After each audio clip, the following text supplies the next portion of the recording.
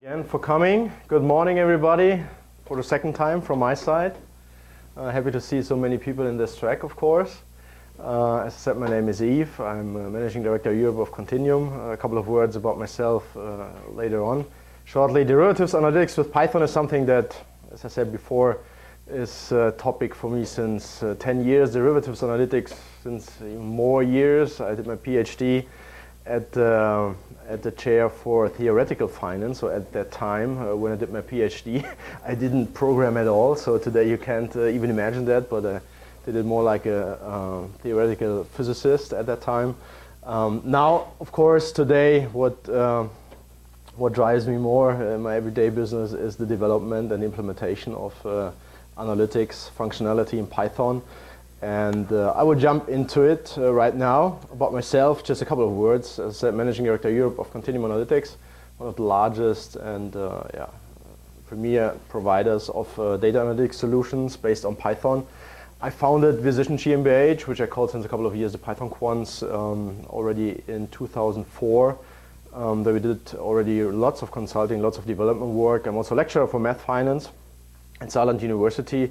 Actually, the book, some of you might know, which has the same title as my talk today, Derivatives Analytics with Python, is an outgrowth actually of this lecture. So I started writing paper by paper, small notes by small notes, and in the end, the book was born somehow after I don't know how many hundreds of hours later. So I'm lecturing. I'm a little bit academic, but mainly I'm doing practical work in the financial industry and with a focus on financial analytics stuff. I mentioned the one book. The other book is actually out now as early release, Python for Finance with O'Reilly. You should grab one of these little cards that you see outside. I have also a couple of them. They get huge discounts, I think 50% on the online version and 40% on the printed version when it comes out later in the year. So you should at least pick up once, and when you decide to buy the book, you get a huge discount on that. As I said, my background is PhD in math finance, and yeah, apart from that, I'm also a martial arts practitioner and huge fan, and looking forward for Ufc 171 on Saturday. Here's the book, which came out, as I said, as early version. When you go to the website, this is actually a good point, on hilpisch.com, you find both a complete page with all the stuff that I present today, but here you see the link, the specific link for this presentation as well. So if you go there, you find links in there, lots of information. You can replicate most of the stuff that you see in there. It's the same for my tutorial this afternoon, so have a look at my website and you find everything that you see here today. Also the link, for example, to the O'Reilly website. Python for derivatives analytics. I said it this morning. 10 years ago, it was a little bit exotic to use Python for that. But today I will go to a couple of topics that are important for derivatives analytics, and I will argue why Python is actually very well suited to do that. It's more like a prototyping-like algorithm implementation that I will present, in a sense that, for example, the keynote by Kira was more concerned with pricing and building large, huge books. I will go into a little bit detail how to price, exactly how to use Python to implement the algorithms that are important. And I will skip mostly architectural issues and development processes. So it's more like, don't get me wrong, but it's not like what you typically would do in a bank or in a hedge fund when it comes to production-ready code. I will only present a couple of examples in this regard.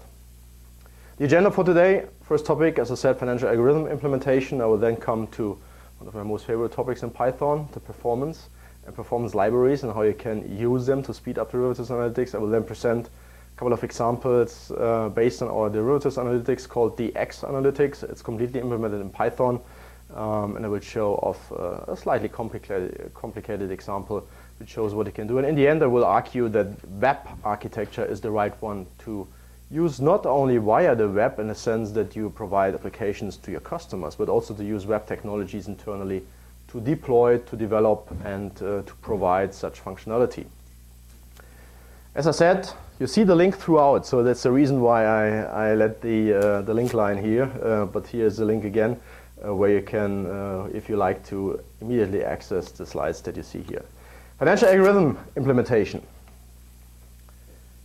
What you can say, and this is, I think, what a beauty makes when it comes to both finance and programming languages or computational finance, if you want to say, is that most financial algorithms, like an option pricing, can be formulated in an array, which means matrix setting. It is therefore paramount to have available flexible and fast array manipulation capabilities, and I think Numpy, you might all be used to that, is the right tool of choice. Usually, Numpy has two major advantages when it comes to that. It's syntax and performance. When we started out a while ago, he's still with me, Michael, who has done lots of development work for me. He had a background in C, myself as well. So when you start out with Python, you're not used to vectorization. I mean, when you come from MATLAB, this is not an issue.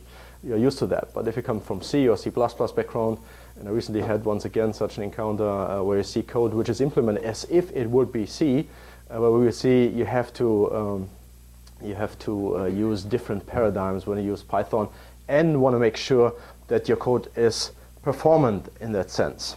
So the example that I pick here is Monte Carlo valuation. I mean, from all the numerical methods, it's the one numerical method that I am using or have been using most of the time, because we are mainly concerned with complex structures which you can only value by Monte Carlo simulation. Also the risk management side typically implemented based on Monte Carlo valuation, so this is kind of a paramount example here.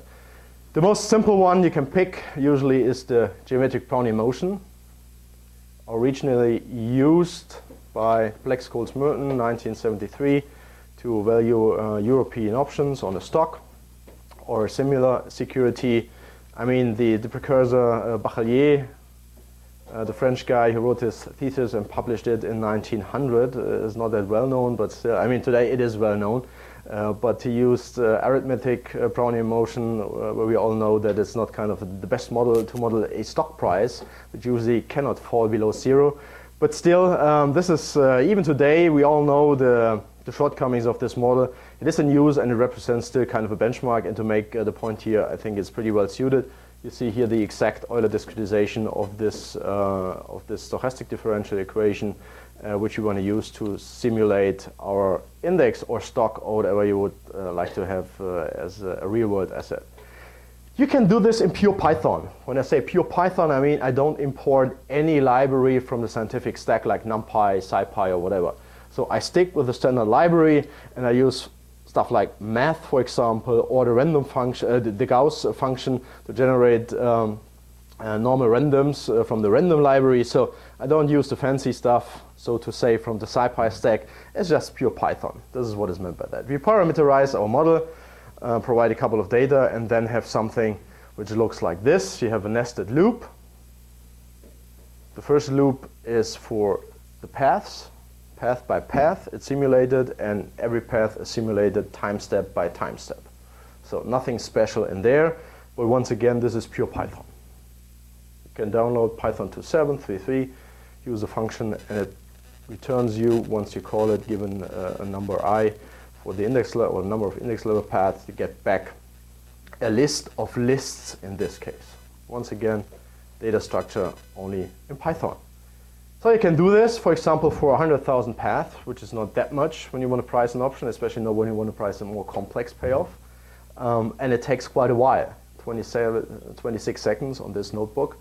But it won't be that much faster when you have kind of a Xeon-based server or whatever.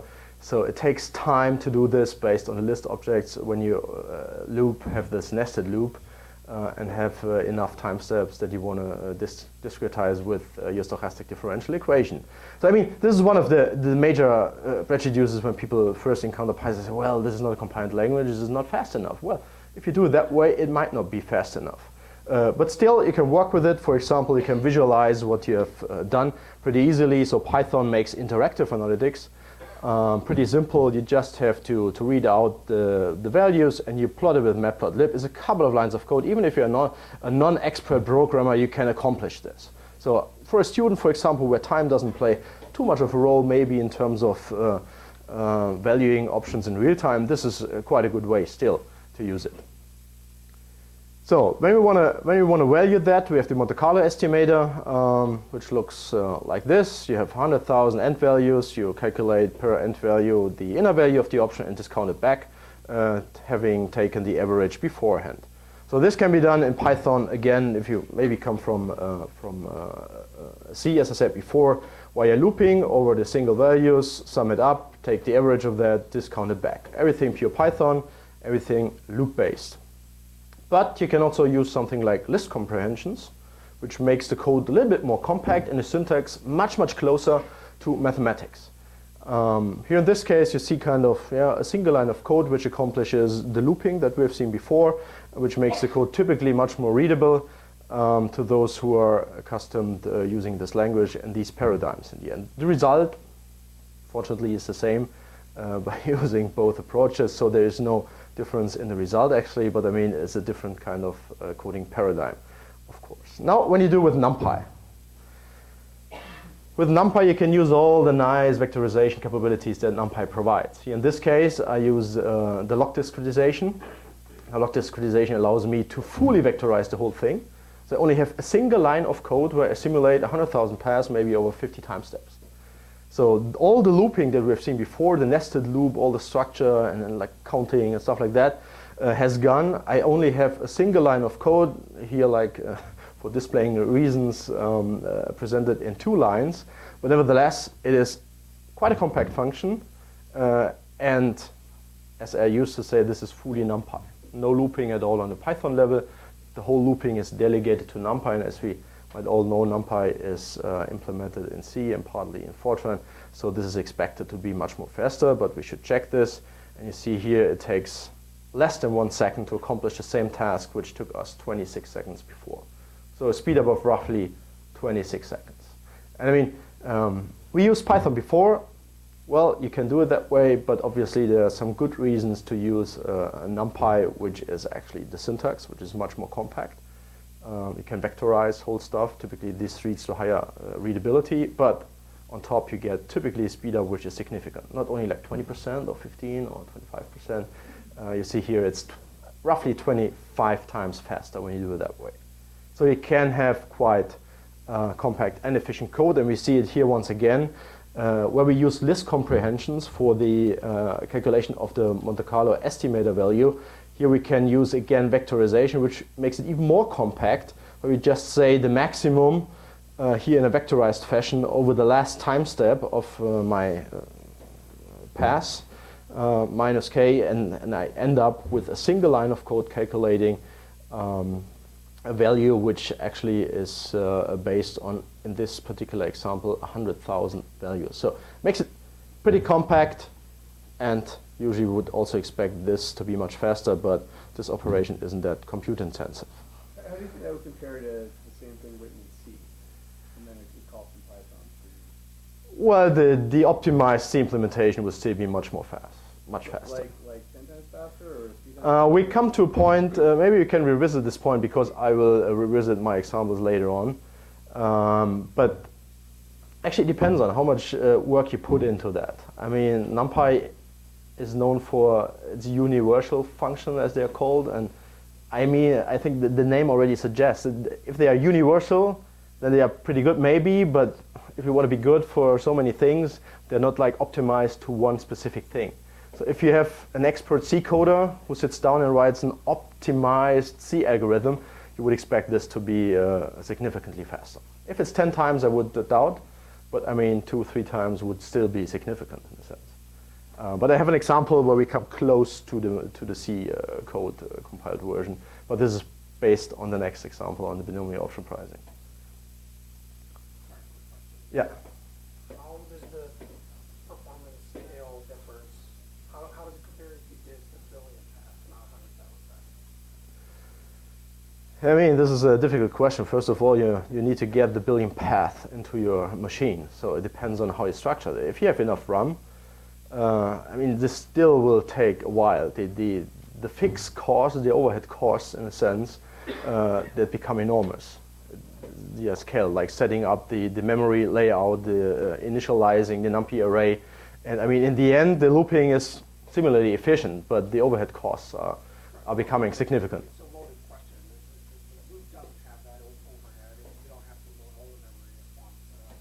You could comment on housing costs from that perspective. Yeah, well, it goes somehow in the same direction. Maybe if I'm finished with this loop here, then we can revisit that, because I will come to the looping and why, memory efficiency and stuff like that. Because Numpy is, as fast as it is all but memory efficient. You know, the NumPy approach requires you to have the whole thing in memory. You know, so it's not like that there's this one single point that you need is generated on the fly, you calculate it, and then you forget it. You have to have the whole thing in memory. And but I come back to this exact point later on. Therefore, I said it depends on if you have the memory or not to get your memory path by this approach into it. You usually get to the boundaries pretty quickly. But take the binomial option pricing model. Here's just like, not going into details, these are all the parameters you need to parameterize the binomial model. The original one from Cox-Ross-Rubinstein. And once again, we could implement this in a, maybe some would say not Pythonic way, by having 3 different loops. The first loop generates my index levels. Here in this case, already based on NumPy arrays, so I'm using kind of a hybrid approach. I have the base data structure as NumPy array, but I loop nevertheless over it. So I don't have to, but it's just to make the example. The first loop, as I said, for the index levels. The second loop generates the inner values, and the third loop is for the valuation. Again, details are not that relevant, but you see 3 loops. We have counters and stuff like that. So if you have the binomial option pricing model in mind, we usually don't use the whole matrix, the whole rectangular matrix, only kind of parts of it, the triangle, the upper triangle, to calculate all the values that we need. But you see, kind of a lengthy algorithm, at least compared to what we've seen before. You can value now the option for 1,000 time steps. And this takes, with this approach, 2.6 seconds, and we get the result that we see here. So nothing special. But we want to apply NumPy. The section is called binomial option pricing with NumPy. Now we get to a point where the syntax might be indeed more compact, but the question is if this is still readable at all. I mean, there's a little bit of NumPy trickery going on upstairs there. You see, there's arrange, there's resize, there's transpose. So we're working with it like in a mathematical way that we transpose matrices, stuff like that. So the question is really, is this better readable? I would doubt it, but nevertheless, it works. And we then have the vectorization once again for the inner values and stuff like that. And we have this one loop that is left for the discounting procedure, which we apply here. So from 2 loops, we came to 1. And this last loop has also some vectorization over the time step built in. So this should, or we would expect this to be much faster. And as we see here, it is much faster. So the last number is more indicative. When I call the function 10 times, then we see this is not 2.6 seconds. It's only 152 milliseconds per loop when we use NumPy. So it's a huge speed up. Once again, we came from the non-Pythonic loop world, and we end up with a NumPy version, which is much, much faster. In this case, only a little bit more than 1/10 of a second in this case. But for some people, this might not be enough. I mean, NumPy, as I said, is a tool that was designed to be pretty good at standardized operations on arrays. But let's come to some performance libraries. The first one is NumPy 100% is a project by Continuum, and this is a dynamic compiling library where you can take pure Python code, and the library translates this pure Python code in machine code. So the Python bytecode is translated to LLVM machine code, and as you might know, this LLVM machine code is able to harness the power of your local hardware. So in the end, it will depend on the real machine you're working on, whether you have an Intel processor, whether you have a AMD processor built in, or whether you're using GPUs, for example. So all the vendors are supporting this infrastructure, and this makes it so interesting to use this middle layer as a means to speed up performance. But how does it work? Usually applying these advanced technology is a little bit more involved, but as we will see, it works pretty good. But to have kind of a pretty simple example, take this. This is a function which does only stupid things, so to say. It's a nested loop. There's the outer loop and there's the inner loop. And the inner loop grows with the number of the outer loop, so to say. So you have here crows in the function. And it only does, I'm not on the mic as well, so I can't move. It only calculates the number of loops included in that. Though this is not that interesting. You just should see that this is a nested loop and you have a mathematical operation in the most inner thing. So this is not kind of an issue. Once you once you execute that, you see that this loop takes 2.45 seconds. And usually, once again, you wouldn't like to do much looping on a Python level. And at this stage, the performance library comes in, or maybe one number. You see here, this is 7.7 million loops, which this generates in the end. You don't want to do it, and you can use a number, for example. Number is the performance library that I mentioned before that translates your Python bytecode into machine code based on LLVM. And what you have to do is only to call the JIT function on your Python function, though there is no decorating or anything else included. It's actually the same Python code that you have written before. And now you can call from Python. It's not like that you have to compile like with Python or anything else. And then re-import something. You can immediately call afterwards your number compiled version and get a speed up, which is really significant given the little marginal additional effort involved. So this takes only a fifth of a second, what has taken us before 2.5 seconds for this. So the speed up is considerable, and there's not much overhead involved. Just to answer one question which is typically raised, does it work for everything? No, unfortunately not. I mean, number is quite general, so there is no harm in using it. You can try it to almost every function, but you will see that structures that I'm presenting here, like with nested loops, benefit most from the approach in the end. But just to give, this was just meant to give you a simple example, but what we want to do right now is to revisit our binomial option pricing, and then we can talk about memory efficiency, what we had before, because, or to raise the point here, if I would have done a Numpy implementation, I would have needed the whole array structures in memory. Here, this loop only needs a single float, which is raised, which is increased with every inner loop. So this is very memory efficient, this. Even if it's not fast, but it's memory efficient. You can have a huge loop with, you name it, how many iterations. But if you want to apply Numpy to this, you usually would have kind of a memory explosion once your looping structure explodes in itself. So you want to preserve that. And actually what number does is preserve the memory efficiency for you, but nevertheless speeding this up. So the fifth of a second is reached without having an additional memory burden that typically comes along when you use Numpy. So in this case, the best of both worlds, so to say.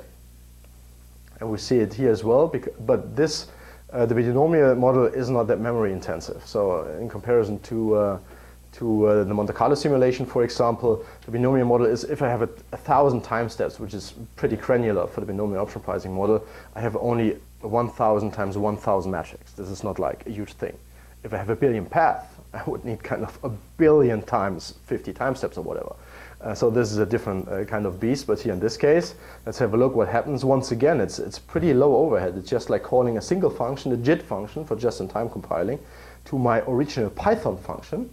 You remember the 3-loop structure implemented on the Numpy arrays. And what we see here is, actually, when I call it only once, there's a little bit of overhead involved for the first time. You see it's less than 1 second.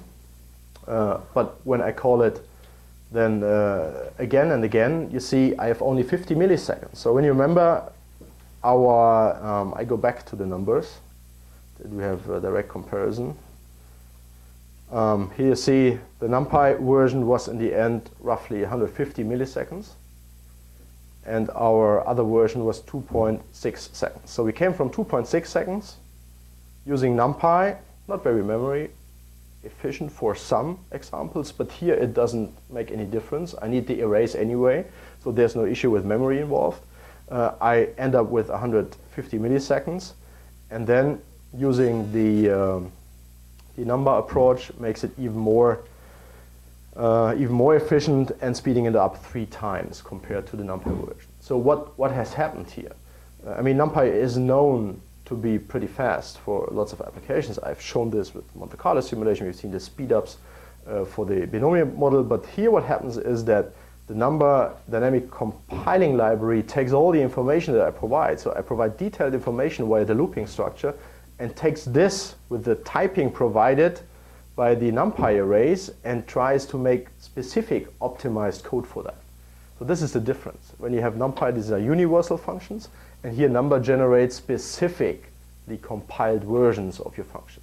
So you can expect, for some circumstances, in some application areas, even higher speedups by using number than compared to pure NumPy.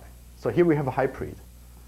I cannot stress this point enough. We are implementing it on the basis of NumPy arrays, but using Python looping on top of that. So providing lots of information to the dynamic compiling infrastructure. So the point, Python is not fast enough for derivatives analytics. I don't think that this is still a valid point today. If you know how to do it, if you do it right with Python, you can get speedups. But still, I would guess a person skilled in C writing a specifically optimized algorithmic version of this in C would get it much, much faster. Even. But it also, you have to take into account which effort is involved for that. So one big benefit of using Python and NumPy is that a whole bunch of the sort of low-level numerical stuff you might have to implement yourself in C are just taken care of for you, right? So with Numba, how much of the sort of underlying NumPy numerical stuff is exposed right now and available to be compiled? There's already quite a bit exposed, but it cannot be, as I said before, like the one-fits-all solution. So it's still a development project with, I don't know what the current version is, dot something. So it's, I wouldn't say in its early stages it works pretty well for some examples, which I have here. I've also the example from physics, like n-body simulation, pretty like the same thing, many loops, nested loops, stuff like that. So for that you can expect like 100 times speedups, for example. But once again, it doesn't work for the whole thing, and it also depends on how well the LLVM infrastructure is implemented. So you need LLVM installed, you need the libraries to access it. And LLVM math, for example, lots of things have happened on this level recently. So I cannot put a number on it, kind of 50% or what. But like for Monte Carlo simulations specifically, say, right? Like generating normally distributed random variables, is that kind of stuff already available? Like it would seem like running this Numba compilation on Monte Carlo simulation is the perfect thing to do, because then, like Ross was saying, you don't need to carry all your. Yeah, of course, yeah. So do you know is like the normal random variable distribution? Yeah, but they usually use, as we do it with Numba Pro, the available libraries, and they depend again. We have, for example, versions the NumPy version, etc., compiled against MKL for Intel processors from Continuum. So this is quite optimized. When you use that, you wouldn't expect in this particular area kind of a speed up again, because this is like the optimized hardware vendor supported library for that. So you wouldn't expect the speed up. That's why I'm saying Numba relies partly on like available libraries underneath, of course, as well. Yeah. So it's a difference, but it's more like for the non-standard stuff. When you have kind of a custom algorithm which does not fit, for example, the paradigm of NumPy vectorization, or where you don't see any other means or don't have the time to do it, you just try it on it, and usually when it fits the structure pretty well, then you will see these significant speedups there. Also for, I should mention Numba Pro, when you want to use the GPU. It works with the GPU as well, or multi-core CPUs for parallelization. Parallelization, that's the point, the next point, parallel execution with IPython. I mean, the one thing is having sequential code executed pretty fast. The other thing is to parallelize pretty easily and efficiently code. I mean, one of the advantages of Python today is not that it has such a nice syntax and stuff. I mean, Ruby is similarly nice. But what Python allows you, in addition to the scientific stack and what it provides, is like to harness the power of your hardware that is available pretty easily. I mean, all the amazing things like GPU, multi-core CPUs, clusters, and the cloud and everything. The power of that is much more easily harnessed by using Python than with most other languages. One example is IPython, which is not that scalable in the sense that you can like address 20,000 nodes by using IPython. But still for analytics environment is pretty well suited. And the example that I choose here for an algorithm is the least squares Monte Carlo algorithm of Longstaff-Schwartz to value American options by Monte Carlo simulations. Quite compute intensive. You not only have the simulation steps and the discounting steps, you also have regressions to do of the cross-section of data. So this is kind of mathematically and computationally demanding, this algorithm. It takes on the form like this. I don't think it makes sense to go into the details. How many of you have used ever Longstaff-Schwartz algorithm? A couple. I mean, it has become quite of a standard by now for valuing American option, because it's There are others available, alternatives available, but I mean, this is kind of appealing because it's still quite simple. You see, it is a bit lengthy, but nevertheless, it's still quite compact. Using Numpy here quite heavily. Again, vectorization here is the buzzword to use. What this does is, for a given parameterization, spit out a value for the American option, an estimate, Monte Carlo estimate for the American option. And this is what we want to parallelize. So, but first, before we parallelize something, the sequential calculation as the benchmark. What we want to do is to replicate the whole table 1, which you can find in a seminal paper. If you Google it up, you will find it as PDF for download. And if you go to table 1, you see that they report values for 20 different parameterizations of the model. And what I do here is kind of go through the table by a double nested loop. First, we loop over different starting values for our stock. Then we loop over different volatility values, and in the end, the last loop is over 2 different maturities. And what I do just is append the values that we get to a list to store our results. So, and you see it here, I call the function and get back 20 values, and this takes about 16 seconds roughly. I can compare this with the results that you find in table 1 of the paper. 16 seconds is the thing to remember. The parallel calculation. What do we have to do?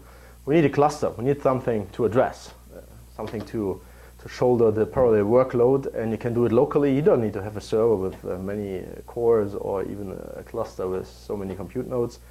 Usually today, at least you have 2 cores like this one, or another one back home which has 8 threads, or maybe more. I don't know what you have under your desk. But you can do it locally pretty easily. You just start the cluster by EP cluster start N4, for example. And you can then access pretty easily, it's only a couple of lines of code, by using IPython Parallel. This client, this cluster, so to say, a local cluster in my example here. And what I do is kind of generate a view to my cluster, and I say you have a couple of options here, the load balance view to that. And you see the looping for the parallelization isn't too different from the sequential thing. The only thing that we change is mainly the line of code where we calculate the value. Here in this case, we have to asynchronously apply our function call to our view that we have generated before.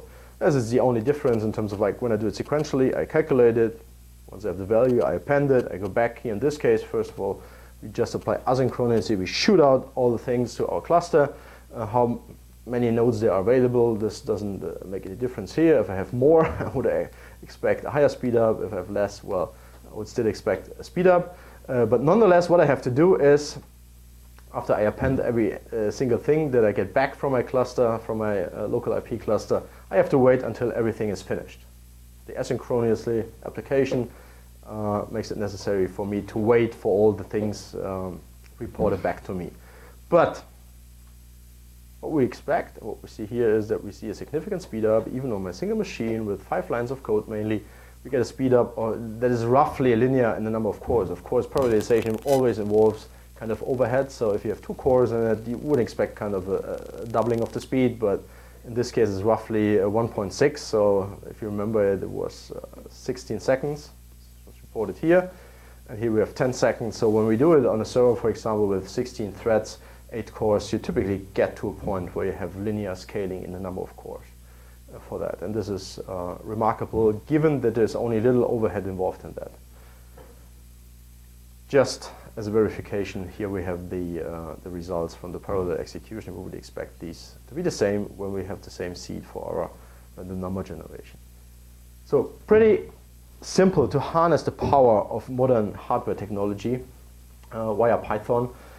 We all know parallelization typically is an involved topic, but here we see only a couple of lines of code suffice, and we don't have to change the algorithm. It's the same with number to get huge speed ups. So this is one of the things, I mean, I say it again, I started out 10 years ago doing that, which is amazing today that you have such easy ways to get to acceptable speeds when you implement analytics functionality with Python.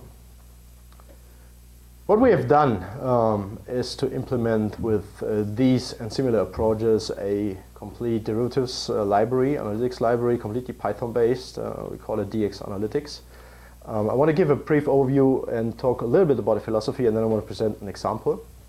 And in the end, I want to come to my last topic, web technology. But let us go into this. Actually, from the beginning of my PhD thesis, I was like fascinated by the general risk-neutral valuation, like pioneered by Harris and Krebs, Plisker, the papers 1979, 1981, 1983, and all the this row of research. I really enjoyed reading it because I like this general idea. It's kind of the mathematical beauty that you don't have this particular model and all this is specific, and you have this one value. It was like, assume you have these risk factors, just like a very loose set of assumptions surrounding that, and you can value almost anything. This is the main message. You just have to take the risk-neutral expectation and you're done. This was like, I was really amazed by that. But usually when it gets to more than two risk factors, you need to rely on numerics, and this is where it becomes a bit tricky to actually implement and apply this approach. So the only way to do it in a rather general way to implement what is typically called in practice global valuation is to use Monte Carlo valuation for both valuation and creeks. There's actually no other method that allows you to come up with reliable values when you apply global valuation. But nevertheless, what we also use is kind of Fourier-based formulae for the calibration process, because Monte Carlo is typically a little bit too slow, even if you speed it up to do the calibration efficiently. But the approach allows you to have arbitrary models for stochastic processes. You can have single multi-risk derivatives, European American exercise. I've shown the Longsdorff-Schwarz algorithm, which we use extensively. And the whole thing is completely implemented in Python. And in a sense, one of the assumptions is that hardware is not the limiting factor. In a sense that, I will come to this later, depending on the architecture, how you implement it, your local machine or whatever you're using is not like, or should not like influence what you're doing here. What is actually meant in the end by global valuation, it's the non-redundant modeling of all risk factors. It is consistent simulation, for example, given all correlations. It is the approach to come up with consistent value and risk aggregations. What we do here is only full re-evaluation per path. What we not do is kind of using any kind of approximation in that. So if we have 100,000 paths, then we re-evaluate everything. And what you have here is kind of at the same time single positions that you value, but also a consistent portfolio view by this approach. And I mean, if you follow the original papers rigorously, this is the only way to go. But still, in the recent path with different kinds of technology architectures available, it was a pretty hard thing to implement. So for large options books, it is still a hard thing, but nevertheless, we're on a good way. So to present what you can do with it, I have brought with me one risk study. If you go to my website, hilpisch.com, you find many information about that, like examples showing almost all the classes that are in there and what you can do with it, like with single risk derivatives, like portfolios, multi-risk. So almost anything is exposed there. Just go to the website. In this example, I use only a small part of the functionality to illustrate the basic ideas behind that. To this end, I have to import, of course, the functionality from the library. Nothing else is done here. And we start typically by instantiating a class for risk-neutral discounting. Because when I want to implement the global valuation approach, the risk-neutral short rate plays the major role. Here in this case, I take the most simple example for a constant short rate, but this could also be a stochastic short rate or whatever you take for this, or deterministic with a term structure. All this is possible. Just to illustrate how it works, it's completely object-oriented once I have instantiated my class. Here, a very simple approach. I only have to provide a name and the short rate. I can get by providing a datetime list or list of the datetime objects. This is right saying I can get back, for example, discount factors, or the right word would be the unit 0 coupon 1 values for that. So pretty simple thing. We use this, of course, for the discounting later on. But by the way, this is also the most simple class that's included in there. What we work with is market environments for both the risk factors as well as the derivatives, and for the portfolios as well. This makes it possible to pretty easily interface with data providers and stuff like that. We have this, so to say, abstract data layer in between, What I will show is an example where the market consists, or the risk factors are two in this case. We only have a simple market, so to say, with two risk factors. In this case, the one is a geometric Brownian motion, what we've seen before, and the other one is another example that we have in the library is a jump diffusion. What we have to provide is a couple of assumptions. Usually you would get this out of your systems, out of your data feeds. I provide it here as constant parameters. Same for the jump diffusion, of course, a couple of parameters more that I have to provide, but this is actually all that I need for the risk factors. But what I have to provide in addition on top of that is, of course, some valuation information. When I want to apply Monte Carlo simulation, I need to fix the number of paths, the frequency. I need to provide the risk-neutral discount curve to that, the starting date and the final date in this case. Then I have everything together to instantiate my two simulation objects. Here in this case, my www.hilpisch.com. Numpy Continuum Analytics. Import Numpy as NP. Works well with loop. NP.get function name. It's good. Turning it off. This is perfect. This is perfect. Next time I send the iPad over here. This is great. I like that. I like it. So we end up here with two instantiated classes, two objects which represent our market risk factors. Once again, we had the parameters which you have to provide for the risk factors itself, and then on top a couple of additional valuation parameters that we need for the Monte Carlo simulation. It's a pretty simple market, as I said before. We only have the two underlyings. I provide these as a dictionary. And of course, if you have two underlyings, I only have one correlation value. This could be also made flexible over time, but I provide a fixed correlation factor in here. And you see the whole interface is completely Pythonic. There's no other kind of special structure or whatever involved. But this actually completes our market. The most simple, complex market, if you like to. Two risk factors, two different models, and one fixed correlation in a sense. So here we go on and have the instantiation of the model classes in a sense. We have to provide names. We can reference the classes or the objects later on. In this case, of course, once again, we have to do it for both risk factors and can use these right now to describe our derivative, which is in this case a European maximum call option, typical correlation option in that sense. And I only have to provide a couple of additional parameters like the maturity, for example, the currency, of course, and of course the payoff. And the payoff is a Python string only, where you can access on a very deep level. You don't have to provide the NPs, but I want to illustrate here that is completely Pythonic what is going on under the hood here. And what we do here is just kind of taking the maximum out of the maturity values of the two underlyings, having a strike price fixed at 34, and taking the maximum of this value and 0. Just a pretty straightforward typical payoff for the European maximum call option. So I skip one thing. And the next step is then to evaluate this option by simulation. And to this end, once again, a class instantiation. We end up with a valuation object. And you see here, the name already suggests this class is called valuation MCS multi-European. There's also MCS single European. There's also MCS multi-American and so forth.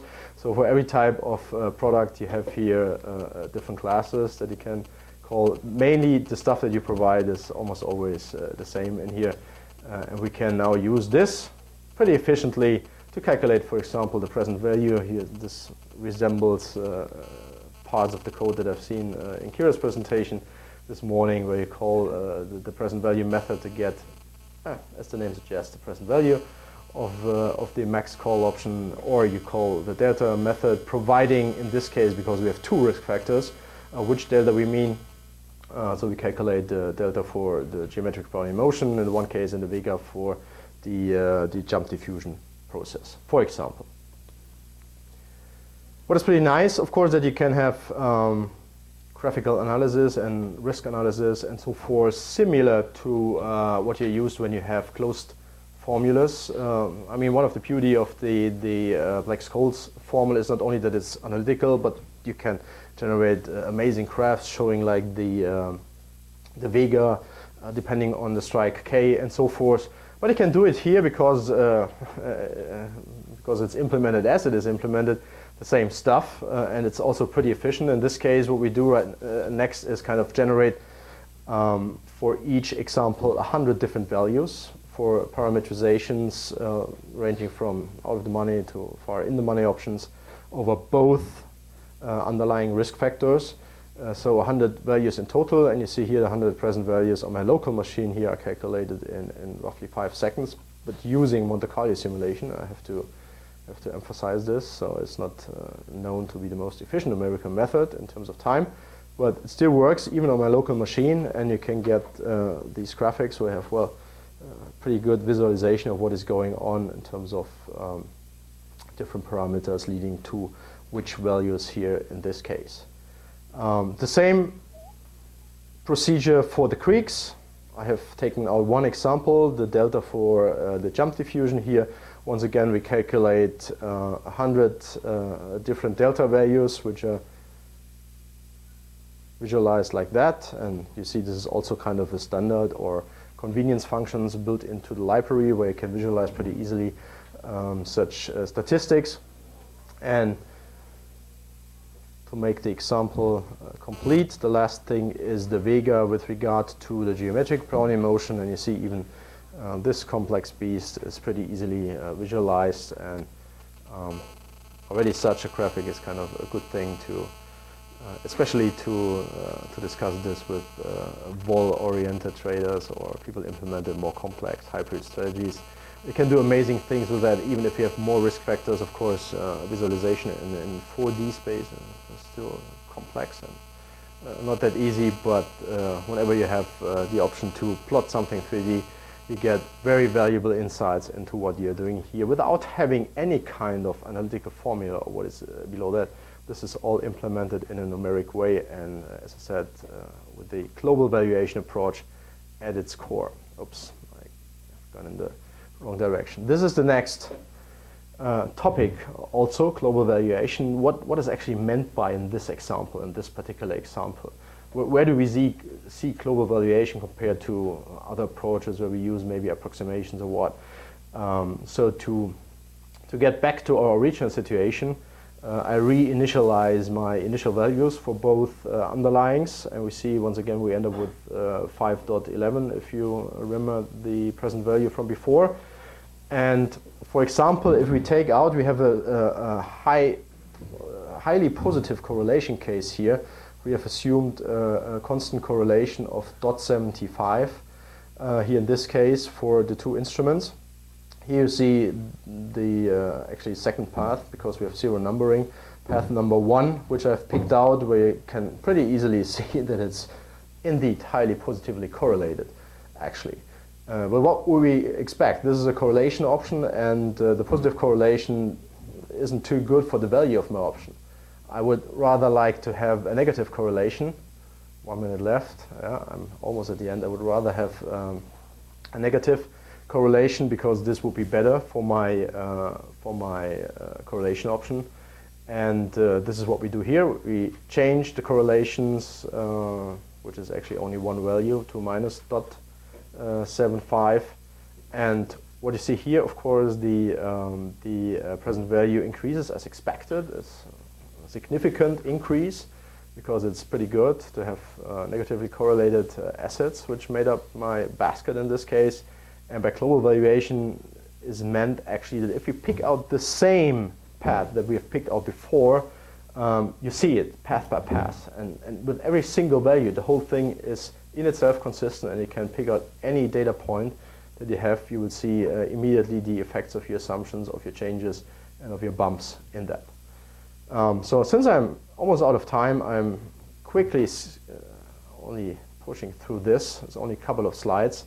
The argument that I want to make here is, once you get to the point where you say, well, yes, I buy Python for the business analytics, I want to program. I want to deploy analytics functionality based on Python. What is the questions or problems do you typically face? Is kind of time to market. How fast am I available to provide this to the front office, to the desks, or to the risk functions, or to whoever is my target group? How maintainable is that? What does deployment involve? Can I scale this?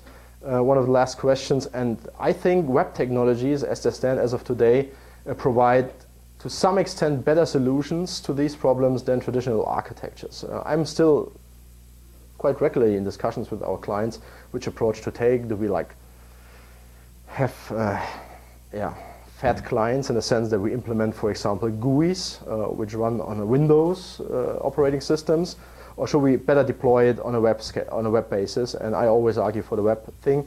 This example, you can read it later on, is based on a volatility option pricing model by Grünbücher and Longstaff out of the 90s. It's a pretty simple thing, actually based on a square root diffusion. This is kind of it looks like a complex formula, but translated to Python, there is more of a doc string in that as the function itself. Describing all the parameters. You see this kind of a typical function where I provide all the parameters and this returns the value of the volatility option given my parameters that I've provided. So the next thing when we want to provide the functionality as a web service is maybe that you write a wrapper or convenience function. The details are not that important, but this function only makes sure that when you call the web service, when you have this typical link structure, which we will see later on, that every parameter is provided. This kind of error checking or input checking, if you like. So nothing more involved, not too much intelligence, but it makes it typically quite convenient to apply this. And the actual wrapping into a Wsgi web-based application, which is done here via Werkzeug. Werkzeug is German for tool. I don't know if German guys did this. I would doubt it, but it's called that way. You have only mainly 4 lines of code to wrap the whole functionality into a web application. You see here is a request object, and you have a response object, and in between I call my convenience functions. Nothing more is involved. And if I want to run the script, I've commented this out. You just have to use something like run simple, where you have a local host, for example, which is fired up that you can access it. This is actually the way that you would do it. You call this script, this last script that we have seen, on the command line, and you will have a local host fired up, in this case, on the port 4000. How do you use this? You probably are pretty accustomed to that. Once I just open the local host double point 4000, I get back this message. This parameter is missing, R is missing, kappa is missing, T is missing. So this is the error checking and the error message that I get when I do not provide the parameters. However, of course, we want to provide the parameters, and they can have kind of this string, which is customizable, parameterizable for the K, for the different strikes in this case. And now if you provide kind of a valid string to our web service, in this case locally hosted, you see here I parameterize my string for different, in this case 250 different strikes, and I end up hopefully with a couple of values. This takes for the 250 valuations less than a second, once again on a local, pretty slow, small machine. And you have pretty easily implemented, mainly by a couple of lines of code, you have wrapped your whole application into a web application. And when you now think of kind of scalable architecture in the background of parallelization techniques and everything you can use there, you see maybe the advantages in using this approach. Actually, my last slide, once again, 10 years ago, everything what I presented was considered exotic. Today we have so many advantages by using Python here. Please read it through, from the syntax to the collaborative approaches that are available today. Python, from my point of view, is actually a pretty perfect way to go and to implement analytics functionality. And thanks for your attention, and I'm more than happy to take your questions.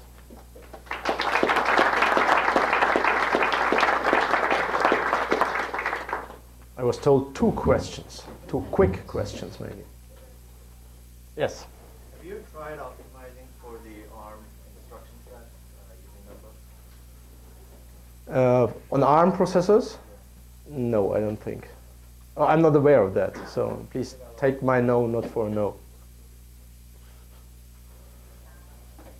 Yeah, in the background. You talked about web.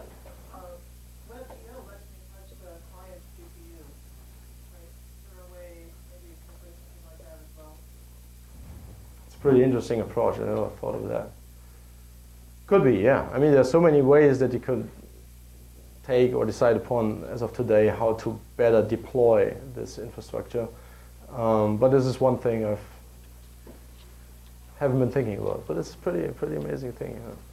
We have if you Google me up or go to our website, you will find Decision, our derivatives analytics library, delivered on demand. There we have also kind of a mixture in the approach. We have lots of functionality via Ajax approach, which we put into on the client side and do many things in JavaScript and only in Python. So these are pretty beneficial and advantageous approaches that you should think of next time you start developing a new application. Thank you.